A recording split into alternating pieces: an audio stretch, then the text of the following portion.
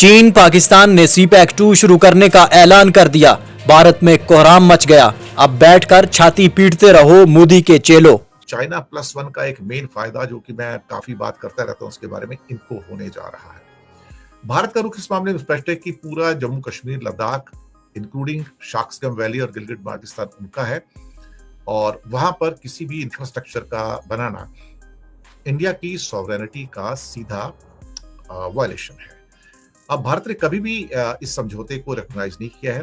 भारत का मानना है कि इस गलियारे का इस्तेमाल चाइना अपनी स्ट्रेटेजिक पकड़ को मजबूत करने के लिए और साथ में इंडियन ओशन और लद्दाख में भारत की घेराबंदी करने के लिए ये किया जाता है। भारत सरकार ने औपचारिक रूप से बीजिंग और इस्लामाबाद के समक्ष अपना विरोध जताया है। अब ये बात तो सही है कि विरोध तो जता दिया है, लेकिन मुसीबत यह है कि उनको मंजूरी तो मिल चुकी है। अब ये सीपैक 2.0 की बात यहाँ पर हो रही है और शहबाज शरीफ गए हुए थे, उनकी मुलाकात शी जिनपिंग से हुई है। बेल्ट एंड रोड इनिशिएटिव यानी कि BRI का जो एक मेन प्रोजेक्ट है उसका मेन हिस्सा है। 1300 किलोमीटर लंबा जो कराकोरम हाईवे है ये उसके अब आगे बढ़ाने की उसकी बात हो रही है। साथ में थकोट और रायकोट जो हिस्सा है उसको री अलाइनमेंट करने की बात भी हो रही है। साथ में गवादर पोर्ट का उसके आसपास काफी SEZ को डेवलप करने की बात भी हो रही है। तो ये अपने आप में चाइना के लिए इंपॉर्टेंट होगा कि वो अपनी फैक्ट्रियों को पाकिस्तान में SEZ के अंदर लगा पाएंगे और वहां पे खासतौर से टेक्सटाइल यूनिट्स हों या कई और यूनिट्स हों वहां पर उसका उपयोग कर सकते हैं।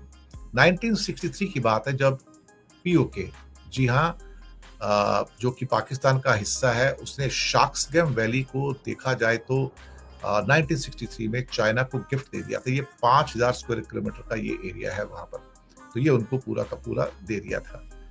खैर ये फिलहाल BRI का जो प्रोजेक्ट है पूरा का पूरा भारत के लिए एक बड़ी चिंता की बात है। मुझे लगता है कि भारत के लिए चिंता की बात इसलिए है कि ये भारत के पड़ोस में से होके जाता है और खासतौर से गिलगिट बाल्टिस्तान का एरिया 70-72 हजार स्क्वायर किलोमीटर का है, जबकि POK का दूसरा एरिया जो मुजफ्फराबाद वाला है करीब 12-13 हजार स्क्वायर किलोमीटर का है। अब ये 72,000 किलोमीटर का एरिया जो है इसके अंदर 2 मेजर सिटीज हैं, और भी होंगे उसमें, लेकिन स्कर्दू और गिलगिट हैं। और ये एक तरह से इन दोनों सिटीज के लिए भी जो सीपैक 2.0 प्रोजेक्ट है ये कनेक्टिंग पॉइंट है उनके लिए, और ये एरिया भी उसकी वजह से डेवलप हो सकते हैं क्योंकि हाईवे अपने आप में काराकोरम जो रेंजेस हैं उसके अंदर से होके जाते हैं और बहुत अपने आप में एक मॉडर्न टेक्नोलॉजी का इस्तेमाल करके हाईवे बनाया गया है। इसके साथ ही चाइना का जो प्लान था, क्योंकि वो सीपैक के इसी प्रोजेक्ट को काबुल से भी जोड़ना चाहता है एक्सटेंशन करके, तो CPEC project is going to China also, इसमें कोई शक वाली बात नहीं है। वो भी BRI प्रोजेक्ट है, उसमें अफगानिस्तान का कोई भी कंट्रीब्यूशन नहीं होगा। ये सारा का सारा पैसा चाइना अपनी ओर से काबुल के साथ कनेक्टिविटी के कारण लगाएगा, क्योंकि वहां पे मिनरल्स काफी है, उसके ऊपर कुछ समझौते भी हुए हैं, ऐसी बात नहीं है। तो उन समझौतों को लेकर अगर बात की जाए तो मैं ये समझ के चलता हूँ कि काबुल के ऊपर भी चाइना का जो कंट्रोल है वो काफी अहम हो सकता है। तो भारत के लिए सीपैक 2.0 का जो प्रोजेक्ट है वो काफी एक नई समस्याएं लेके आएगा, लेकिन चाइना की जो स्ट्रेटेजिक पकड़ है इस टाइम POK के अंदर, खासतौर से गिलगिट बाल्टिस्तान के अंदर, वो और मजबूत हो जाएगी, क्योंकि वहां पर सूत्रों के अनुसार उनकी सिक्योरिटी फोर्सेस भी हैं उनकी प्रोटेक्शन करने के लिए। तो कभी अगर इंडिया और पाकिस्तान की जंग हो भी गई तो मैं ये समझ के चलता हूँ कि गिलगिट बाल्टिस्तान में इंडिया की जंग पाकिस्तान की फोर्सेस से नहीं, चाइना की फोर्सेस से। सीपैक 2 2025 से 29 तक एक एक्शन प्लान के अंदर बंद होने जा रहा है। 2 रोज पहले जारी होने वाली ज्वाइंट स्टेटमेंट में एक निहायत अहम जुमला है। पाकिस्तान और चीन global development initiative, global security initiative और ग्लोबल सिविलाइजेशन इनिशिएटिव के निफाज में मिलकर काम करेंगे। सिक्योरिटी चैलेंजेस का मुश्तरका तौर पर जवाब देंगे और एक खुला जामे इलाकाई आर्किटेक्चर बनाएंगे। यह जुमला बज़ाहिर कागज पर तो छोटा मालूम होता है, मगर इसके अंदर 3 बड़े बड़े धमाके बंद हैं। पहली बात तो यह है कि पाकिस्तान पहली बार बाकायदा तौर पर एक चीनी आलमी सिक्योरिटी फ्रेमवर्क को इंप्लीमेंट करने पर राजी हो रहा है। दूसरी बात यह है कि डेवलपमेंट, सिक्योरिटी और सिविलाइजेशन, इन तीनों को एक ही सियासी छत के नीचे रख दिया गया है, यानी मईशत और सिक्योरिटी अलग अलग नहीं रहेंगे। और तीसरी चीज़ है open and inclusive regional architecture. इसका मतलब यह है कि चीन खुद को खित्ते के सिक्योरिटी आर्किटेक्ट के तौर पर देख रहा है और पाकिस्तान इस आर्किटेक्चर के अंदर एक सतून की हैसियत कबूल कर रहा है। क्या चीन बलूचिस्तान में अपनी फौज भेज रहा है? चीन अपनी बाकायदा फौज तो बिल्कुल नहीं भेज रहा, लेकिन वो अपना सिक्योरिटी स्ट्रक्चर जरूर भेज रहा है और पाकिस्तान ने इस पर दस्तखत भी कर दिए हैं। अब जरा देखते हैं कि इस पार्टनरशिप की असल शक्ल क्या है और अलामती जुमलों के पीछे छुपा हुआ ऑपरेशनल मतलब क्या है। मुश्तरका बयान में बार बार एक पैटर्न सामने आता है। इस इलामिये में दहशतगर्दी के खिलाफ जीरो टॉलरेंस का अज़म किया गया है और पाकिस्तान ये यकीन दिलाता है कि वो सिक्योरिटी फोर्सेज की तैनाती में इजाफा करेगा, ज्यादा मौसर सिक्योरिटी इकदाम करेगा और चीनी एहलकारों, मंसूबों और इदारों की हिफाजत के लिए भरपूर कोशिश करेगा। कश्मीर एक देखा जाए तो नया खेल का मैदान बनेगा और इससे युद्ध के आसार भी और भी ज्यादा बढ़ जाएंगे। आखिर क्या कुछ हो रहा है, चीन और पाकिस्तान मिलकर के क्षेत्र में क्या प्लान कर रहे हैं, कैसे चीन यहां पर एंट्री करने वाला है, सीपीसी प्रोजेक्ट और बड़े निवेश के माध्यम से भारत के लिए कैसे बड़ी चुनौती है और आखिर भारत क्या करने जा रहा है, पूरे मुद्दे और कहानी के विवाद के विषय को एक एक करके यहाँ पे ज्योग्राफिकल मैप और यहाँ पे सारी घटनाक्रम को एक एक करके समझिए। वीडियो को पूरा जरूर देखिए क्योंकि ये भारत की संप्रभुता और सुरक्षा के लिए बहुत महत्वपूर्ण है। शुरुआत यहाँ पर देखा जाए सबसे पहले आपको मैप से ही बताते हैं आखिर जो कश्मीर पीओके सक्षम घाटी को लेकर के यहाँ पे चर्चा होती है, आखिर ये क्षेत्र है कैसा और यहाँ पर अभी किसका कैसा नियंत्रण है। सबसे पहले देखिए ये पूरा जम्मू कश्मीर और लद्दाख का रीजन आता है, ये मैप है आपका, ठीक है। अभी इसमें देखा जाए तो ये है जम्मू कश्मीर जो कि यहाँ पर भारत के प्रशासन के अंतर्गत है, ठीक है, जहां भारत यहाँ पे प्रशासन है। ये है आपका लद्दाख का रीजन जहां भारत के प्रशासन का स्तर है। लद्दाख का ये जो हिस्सा है जिसे हम अक्साई चीन कहते हैं, इसे 1962 में चाइना के द्वारा भारत पर आक्रमण कर होकर इस पर कब्जा कर लिया गया और आज भी देखा जाए तो ये क्षेत्र जो है चाइना के कब्जे में है। ये जो यहाँ पर ग्रीन कलर का आप देख रहे हैं जिसे आपको आजाद कश्मीर कह सकते हैं, गिलगित बाल्टिस्तान का एरिया कह सकते हैं या यहाँ पर पाकिस्तान ऑक्यूपाइड कश्मीर कह सकते हैं, ये फिलहाल अभी पर पाकिस्तान का यहाँ पर कब्जा है। इसके अलावा ये जो आपको डार्क कलर का एरिया देख रहे हैं ये है आपका सक्सम वैली, सक्सम घाटी भी इसे कहते हैं। इस पर भी यहाँ पे पाकिस्तान का कब्जा 1948 में हुआ था, लेकिन 1963 में यहाँ पर एक समझौते के तहत दोस्ती बढ़ाने के लिए पाकिस्तान ने इसे चाइना को गिफ्ट कर दिया।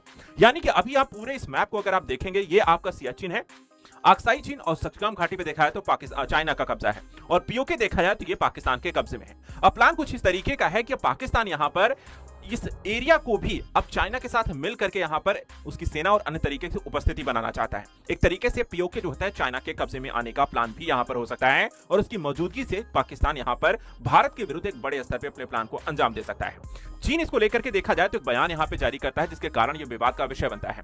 शहबाज शरीफ जाते हैं चाइना की यात्रा पर, उस यात्रा के दौरान यहां पर चीन और पाकिस्तान ने एक संयुक्त बयान यहां पे जारी किया प्रेस कॉन्फ्रेंस के माध्यम से और उन्होंने कहा कि जम्मू कश्मीर का जो उल्लेख है, जो यहां पर की एक संप्रभुता यहां पे अंतरराष्ट्रीयकृत मुद्दा है और इसका संयुक्त राष्ट्र के माध्यम से यहां पर इसका विवाद को सुलझाना चाहिए। यहीं से आपको विवाद बनता है।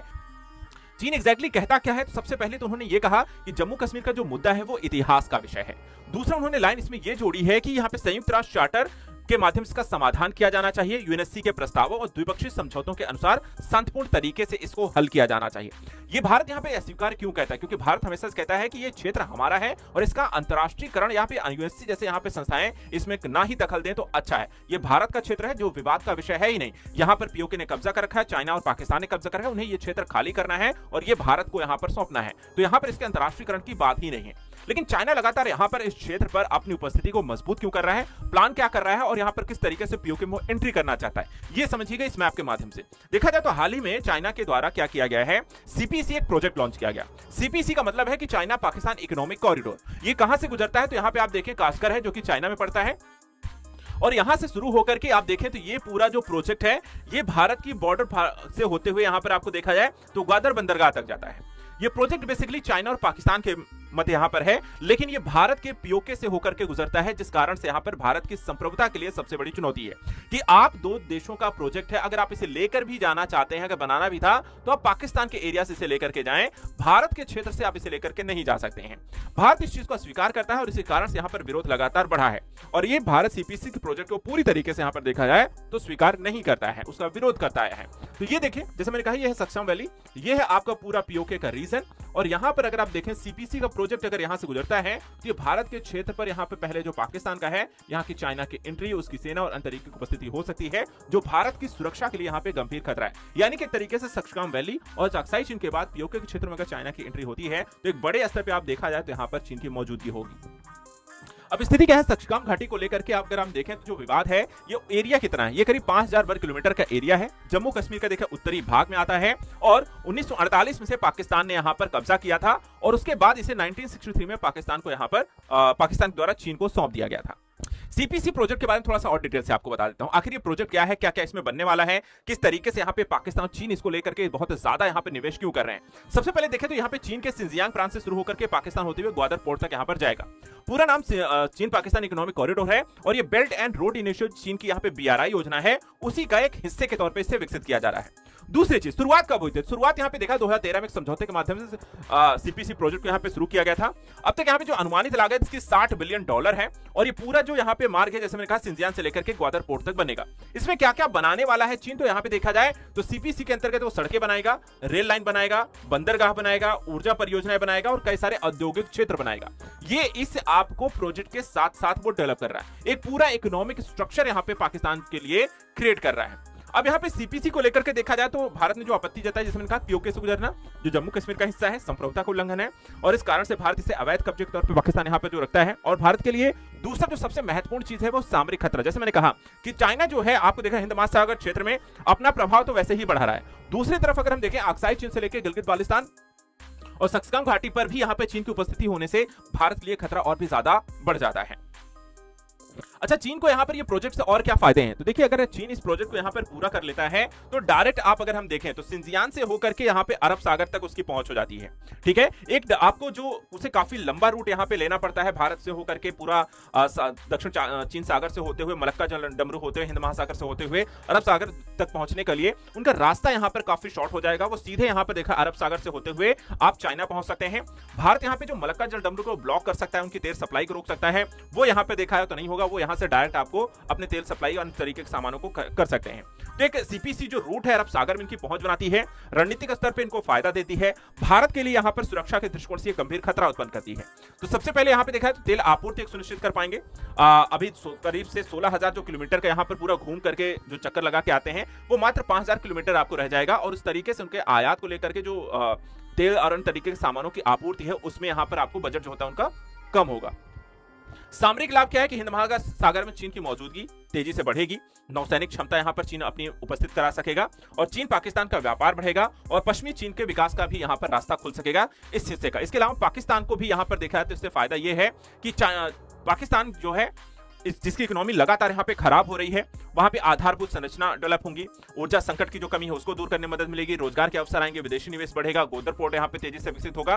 तो चाइना की इकोनॉमी को भी पाकिस्तान की इकोनॉमी को भी यहाँ पर बूस्ट मिलेगा। यानी कि चीन और पाकिस्तान मिल करके इस पूरे क्षेत्र पर यहाँ पर भारत को कमजोर करने को लेकर के एक जियोपॉलिटिक्स यहाँ पर रणनीति के तहत एक बड़ा खेल खेल रहे हैं। भारत को सतर्क होकर यहाँ पे तेजी से यहाँ पर अपने आप को तैयार करना होगा, अन्यथा चीन की उपस्थिति न सिर्फ यहाँ पे अरब सागर, हिंद महासागर, बल्कि यहाँ पे हिमालय के रीजन में उपस्थिति कारण वो भारत को घेरने में भी कामयाब रहेगा।